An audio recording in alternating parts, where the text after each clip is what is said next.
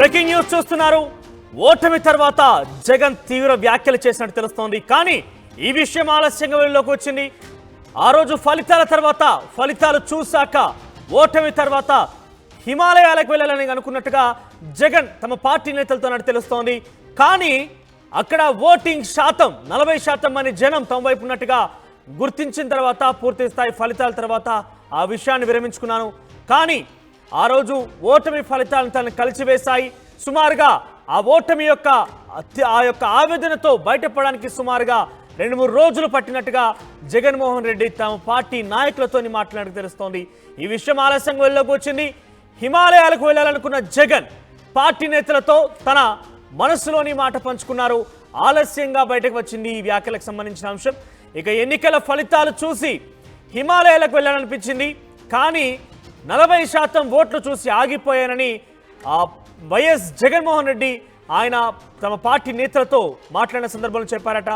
ఇక ఫలితాలు చూసిన తర్వాత దాని నుంచి బయటకు రావడానికి నాకు 2-3 రోజులు పట్టిందంటూ కూడా జగన్ వ్యాఖ్యానించారట.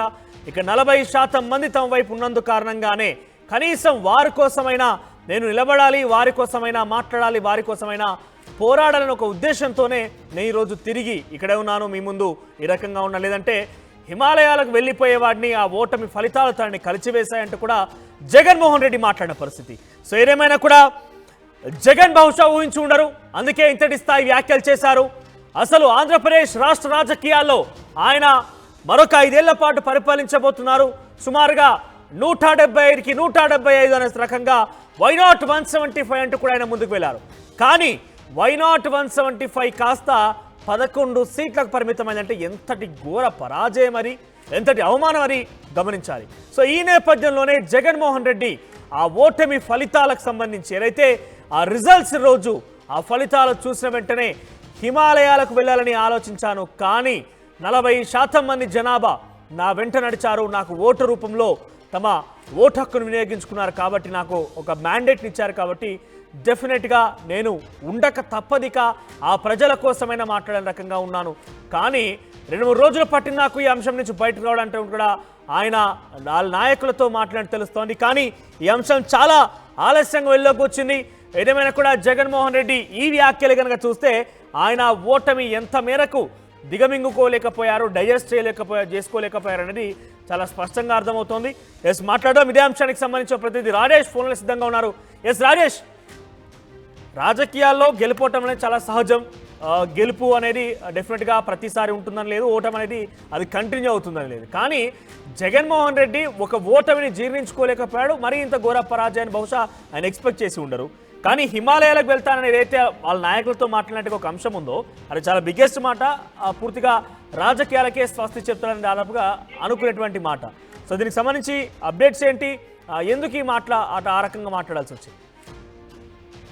ఎన్నికల ఫలితాల తర్వాత నేతలతో వరుస సమావేశాలు పెట్టిన సందర్భంగా జగన్ తనకు కలిసినటువంటి పార్టీలో సీనియర్ నేతలు, తనకు బాగా దగ్గర ఉండే నేతల్ని కలిసిన సందర్భంలో జగన్ ఈ వ్యాఖ్యలు చేసినట్టు తెలుస్తుంది. అయితే అవి దాదాపు 20 రోజుల ముందు చేసిన వ్యాఖ్యలు ఇప్పుడు బయటికి రావడంతో ఇది కొంత చర్చనీయాంశం అవుతుంది. రాజకీయాలకి సంబంధించిన అంశంలో జగన్ ఆంధ్రప్రదేశ్ లో కీలకంగా ఉన్నారు, రాష్ట్ర ముఖ్యమంత్రిగా పనిచేశారు. అయితే ఆయన ఫలితాలు చూసిన అంటే ఈ నెల 4వ తేదీన వచ్చిన ఫలితాలను చూసి షాక్ గురయ్యాను.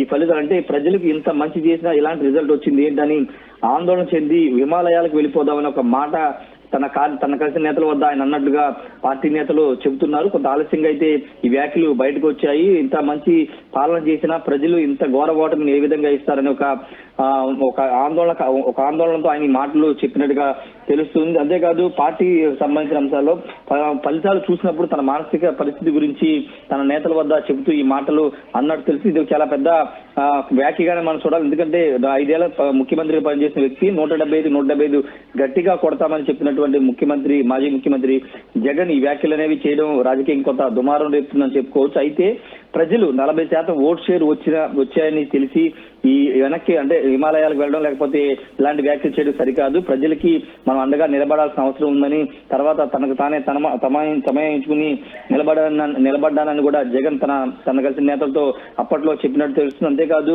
కార్యకర్తలు మనకు అండగా ఉన్నారు కాబట్టి వాళ్ళకు కూడా అండగా ఉండాల్సిన అవసరం ఉందని నేతల వద్ద ఆయన ప్రస్తావించారు.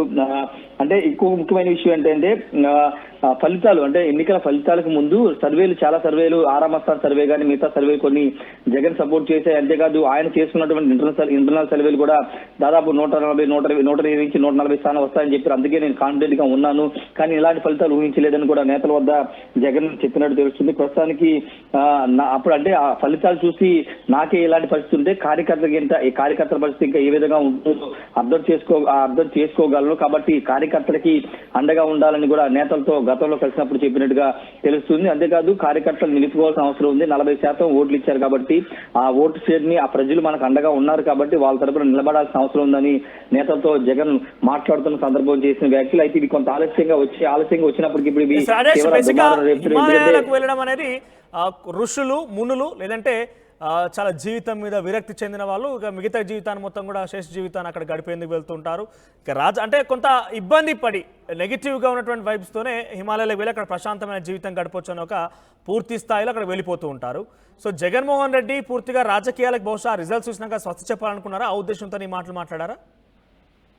అవును, ఎందుకంటే ఫలితాలు అలా ఊహించలేదు. ఫలితాలు ఖచ్చితంగా గెలుస్తామని సర్వేలు చెప్పాయి, కానీ ప్రజల నుంచి స్పందన చూశారు. సభలకి భారీగా జనం వచ్చారు, మంచి చేశారు, పథకాలు ప్రతి ఇంటికి మేలు చేశామని చెప్పారు. కాబట్టి ఖచ్చితంగా ఫలితాలు వన్ సైడ్ గా వస్తాయి, వైసీపీ మరోసారి గెలుస్తుంది, అధికారంలోకి వస్తామని చాలా బలంగా జగన్ నమ్మారు. కానీ అనూహ్యంగా కేవలం 111 స్థానాలు మాత్రమే పరిమితం కావడంతో ఆయన ఊహించలే ఫలితాలు రావడంతో అది కొంత ఘోర ఓటమి. కాబట్టి దాని ద్వారా ప్రజలకు ఏమవ్వాలి వెళ్ళాలి అనే ఇదితోనే ఆయన హిమాలయాలకు వెళ్ళిపోతే పోతుంది అనే మాట వాడినట్టు తెలుస్తుంది. హిమాలయాలకు వెళ్ళిపోతే ఈ ఫలితాలు తనని బాగా బాధ కలిగించాయి కాబట్టి హిమాలయాలకు వెళ్ళిపోతానే మాట వాడారు. ఒక వైరాగ్యంతో ఈ మాట మాట్లాడినట్టు మనం అర్థం చేసుకోవాల్సిన అవసరం. ఎందుకంటే ఆ స్థాయి నుంచి 151 స్థానాల నుంచి 11 స్థానాలు పడిపోవడం అనేది నిజంగా దేశ రాజకీయాలు చాలా తక్కువ సార్లు జరుగుతుంది. తమిళనాడులో గతంలో 90 దశకంలో జరిగిన పరిణామాలు అప్పుడు. కానీ ఇప్పుడు 2020 దశకంలో కూడా ఈ స్థాయిలో 151 స్థానాలు ఒక మ్యాండేట్ ఇచ్చిన తర్వాత 11 స్థానాలు పడిపోవడం అనేది ప్రజల నుంచి వచ్చినటువంటి తీర్పు ఖచ్చితంగా షాక్ గురి చేసింది. కాబట్టి జగన్ వ్యాఖ్యలు చేసినట్టు తెలుస్తుంది.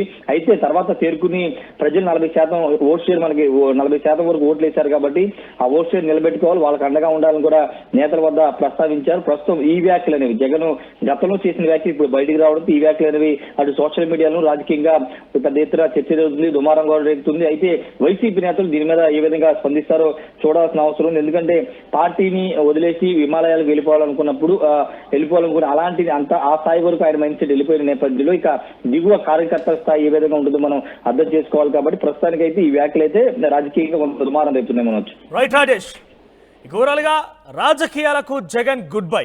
ఇది నేను చెప్తున్న మాట కాదే, స్వయంగా ఆయనే అనుకొని తమ పార్టీ నాయకులతో ముచ్చటించారట. బేసిక్గా హిమాలయాలకు ఋషులు మునులు తర్వాత జీవితం మీద కొంత విరక్తి చెంది ప్రశాంతంగా ఉండేందుకు తమ శేష జీవితాన్ని గడిపేందుకు హిమాలయాలకు వెళ్తుంటారు.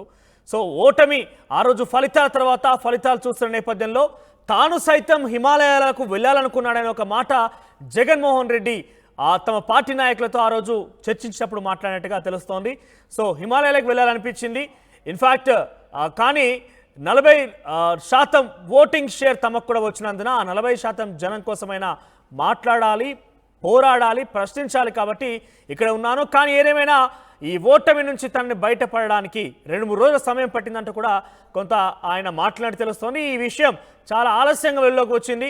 సో హిమాలయాలకు వెళ్ళాలనుకున్నానే ఒక మాట సర్వత్రా చర్చనీయాంశం అవుతుంది. అంటే జగన్మోహన్ రెడ్డిని ఓటమి ఎంతటి స్థాయిలో ఆయన కలిసివేసిన ఎంతటి స్థాయిలో ఆయన ఎమోషన్ గురి చేసిందని చాలా స్పష్టంగా ఈ మాటతో అర్థం చేసుకోవచ్చు. మరి ఈ మాటకు సంబంధించి ఆంధ్రప్రదేశ్ రాష్ట్ర ప్రజానీకంగా మీరేమనుకుంటున్నారు? జగన్మోహన్ రెడ్డి హిమాలయాలకు వెళ్ళాలనుకున్నాను కానీ 40% ప్రజలు మన వెంట ఉన్నారని ఆగిపోయానంటే ఈ యొక్క మాట చాలా ఆలస్యంగా వెళ్ళలోకి వచ్చింది. దీనిపైన మీ అభిప్రాయం ఏంటి? జగన్మోహన్ రెడ్డి అంతటి స్థాయిలో ఆలోచన చేశారు, పూర్తిగా రాజకీయాలకే గుడ్ బై చెప్పాలనుకున్నారంటే ఎంతటి స్థాయిలో తీవ్ర మనస్తాపానికి గురయ్యారో ఒకసారి మీరు ఈ వ్యాఖ్యకు సంబంధించి ఏమంటారు? జగన్మోహన్ రెడ్డి హిమాలయాలకు వెళ్ళాలనుకున్నాడట, మీ ఒపీనియన్ ఏంటి? కామెంట్ రూపంలో తెలియజేసే ప్రయత్నం చేయండి.